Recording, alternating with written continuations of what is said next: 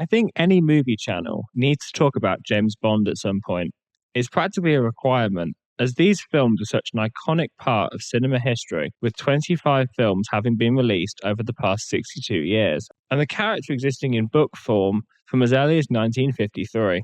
I felt it fitting to talk about Casino Royale first for two main reasons. Firstly, it's the first book in the series, and secondly, it's James Bond's first documented adventure.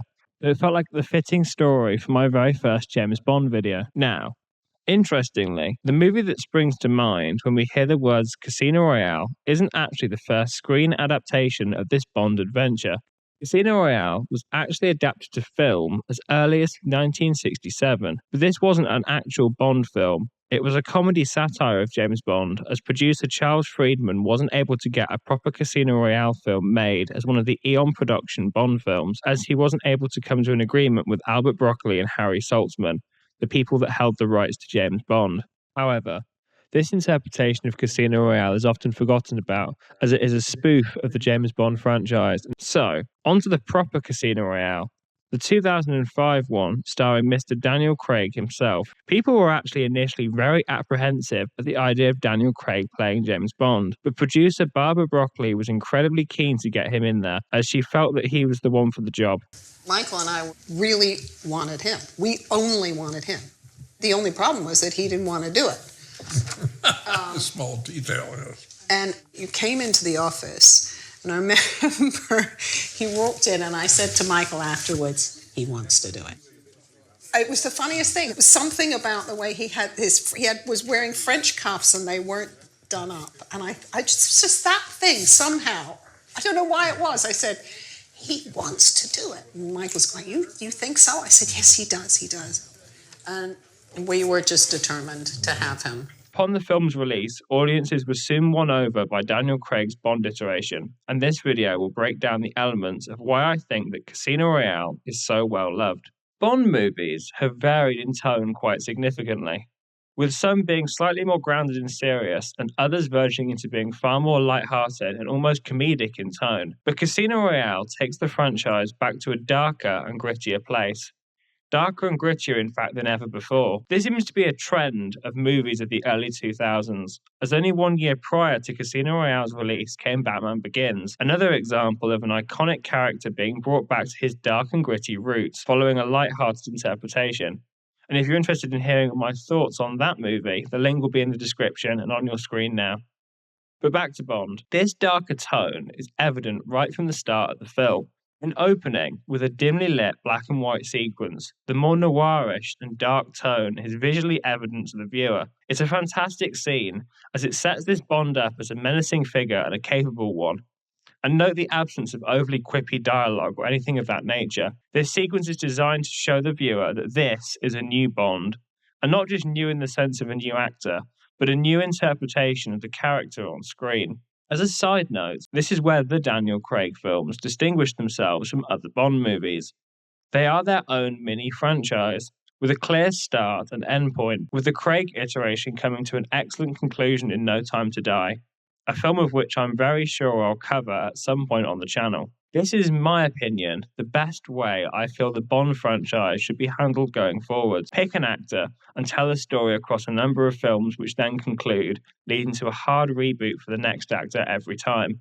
And by the looks of it, I think this is where the franchise is going, surrounding the rumours of Bond 26. But we'll have to see. I still feel there'd be a market for the next James Bond to be set in the 60s, as that decade aesthetically and historically suits the spy genre very well, as I explored in my The Man From U.N.C.L.E review, the link to which will be above. The tone of Casino Royale remains pretty consistent throughout, with lots of elements showcasing this. A notable example of this would be James Bond's torture scene at the hands of Le Chiffre. Oftentimes in Bond movies, Bond is captured, but is through some sort of plot convenience able to make a daring and elaborate escape at the last moment. But in this movie, that doesn't happen. Bond is actually tortured. He's saved by the luck of the bandits coming for Le Chiffre. However, what I like about this sequence, in the way that it's handled, is that Bond remains the suave, confident, masculine figure as always. The way he makes light of his own torture is a brilliant way of showcasing his own power, despite his, in theory, powerless situation that he finds himself in. I've got an ledge.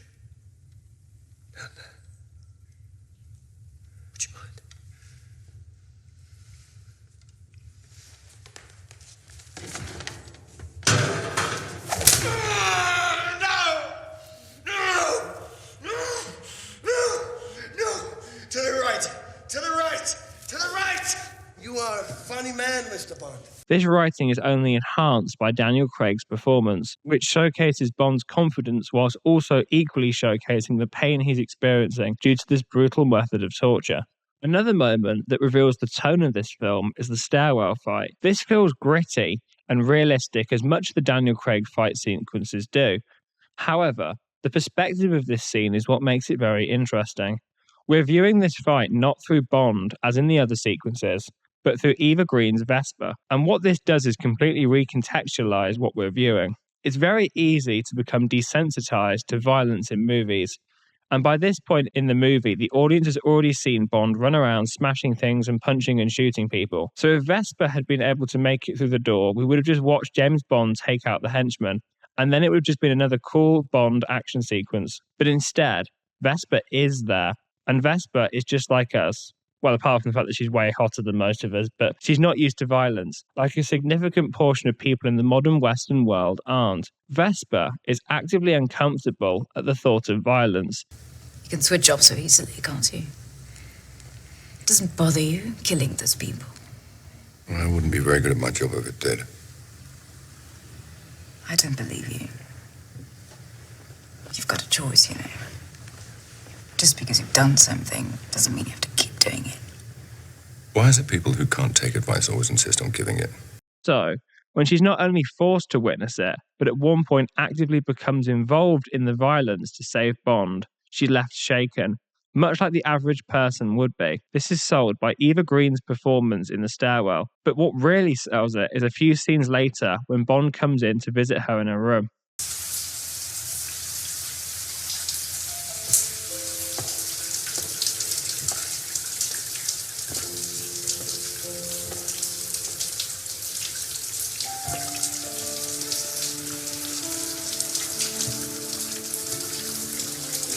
This is perhaps one of my favourite scenes in any Bond film because it's incredibly human and natural.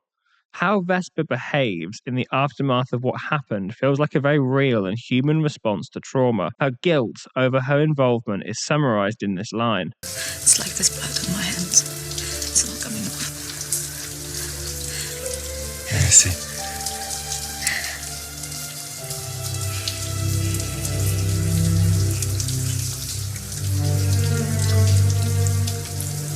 Which to my Shakespearean eyes seems to be an allusion to Lady Macbeth's infamous speech in which she's unable to wash the blood off her hands. What will these hands ne'er be clean?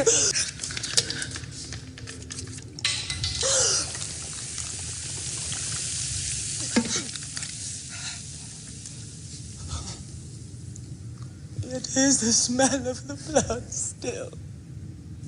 For anyone not familiar with the play, this scene signifies the downfall of Lady Macbeth as the guilt of her actions of killing and conspiring to kill the king in that play start to catch up with her. Blood she is unable to clean off her hands is not literal, but instead represents her inability to wash away her guilt, and the exact same motif is present with Vesper in this scene. What I really like about this scene is that it showcases a softer side to Bond, a more caring dimension that often doesn't get much attention on screen. Him sitting with her in the shower and holding her is such a powerful moment and helps characterize this iteration of Bond as a good man.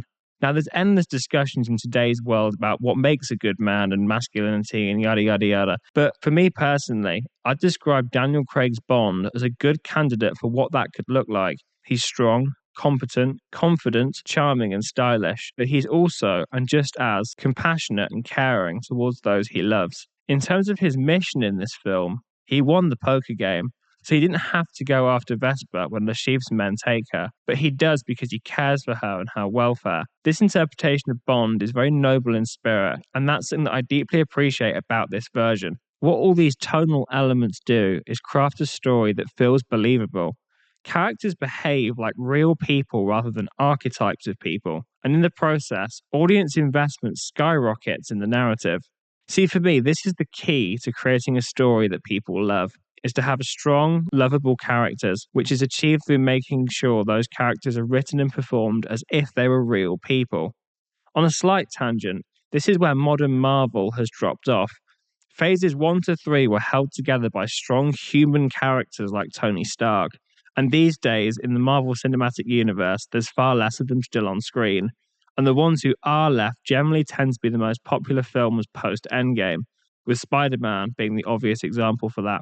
Building off this element, what helps solidify great character writing is character arcs. They're essential for audience investment in a character.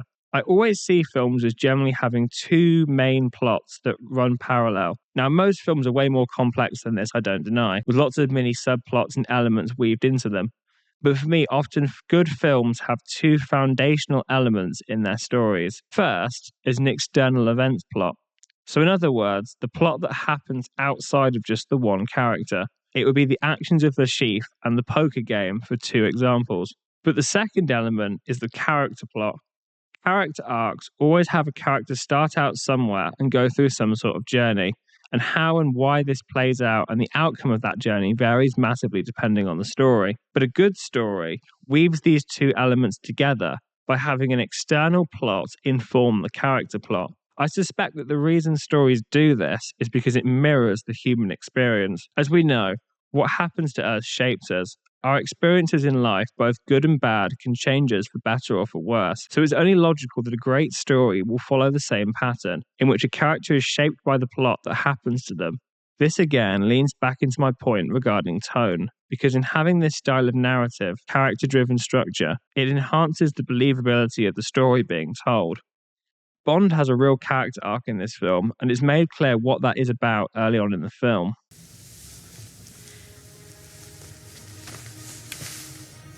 Bond, this may be too much for a blunt instrument to understand, but arrogance and self-awareness seldom go hand in hand. So you want me to be half monk, half hitman? Any thug can kill. I want you to take your ego out of the equation and to judge the situation dispassionately. I have to know I can trust you and that you know who to trust. Bond's ego is what holds him back. He's overconfident to the point that it hinders his ability to be a good 007. This is the stumbling block that he continually runs into throughout the movie, whether it be his brash attempt at capturing the bomb manufacturer in the opening act, or most notably, his continual prioritization of Vesper over his mission. This again is what makes Bond human. He's susceptible to the love and emotional states of mind that come with that. And his love for Vesper makes him blind to see that she wasn't on his side and was forced to betray him. The price of this oversight, of course, is that he loses her in the end. This is the shifting point in Bond's character arc. And note how from this point onwards, Bond is performed as far more stoic and cold. How are you doing? She left her cell phone. She must have known I'd check it. She knew you were you. You don't trust anyone, do you, James? No. Then you've learnt your lesson. Get back as soon as you can. We need you. Will do. If you do need time... Why should I need more time? Job's done. The bitch is dead. Isn't it obvious? She made a deal to spare your life in exchange for the money. I'm sure she hoped they would let her live. But she must have known she was going to her death. And now we'll never know who was behind this. The trail's gone cold. This movie is an origin story for the Bond character, but not in the sense of explaining how he becomes Bond professionally, but in terms of how he transforms into the personality that audiences have come to expect from a James Bond. A very similar tactic is present in Matt Reeves' The Batman, which doesn't showcase a literal origin story for the Batman character, but instead showcases how that Batman becomes the iconic figure that we know Batman to be. This Bond movie is the same. It's the origin of Bond. It's the story of how James overcomes his ego and emotions in order to be a better functioning 007. What's interesting about this is we see this plot beat resurface in his other Bond films. The character of Bond is constantly in a state of tension between love and the mission, and at the end of No Time to Die, we see the tragic outcome of that battle, with the mission being the death of James Bond quite literally. Switching gears, another element of this movie that I really like is the fact that despite it being a strong reboot of the Bond franchise, there's still lots of little elements of nostalgia that can be appreciated. The Aston Martins are a notable gesture to what came before, and this is something I deeply appreciate.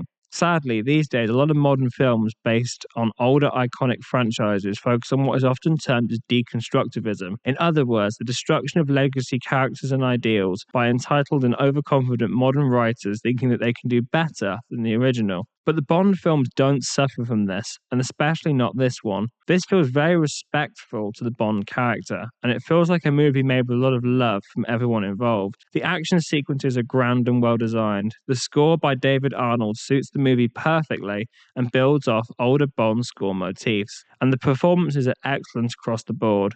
The writing is brilliant, the cinematography and camera work is well designed and crafted too. For me, Casino Royale is still one of the best James Bond films made to date, and even 18 years on, as of recording this video, is a film that I describe as a perfect encapsulation of what a modern James Bond movie should be. So that was my take on Casino Royale. And if you've made it this far, thank you so much for watching. And if you're interested in seeing me cover more content like this in the future, please do like and subscribe. Thank you.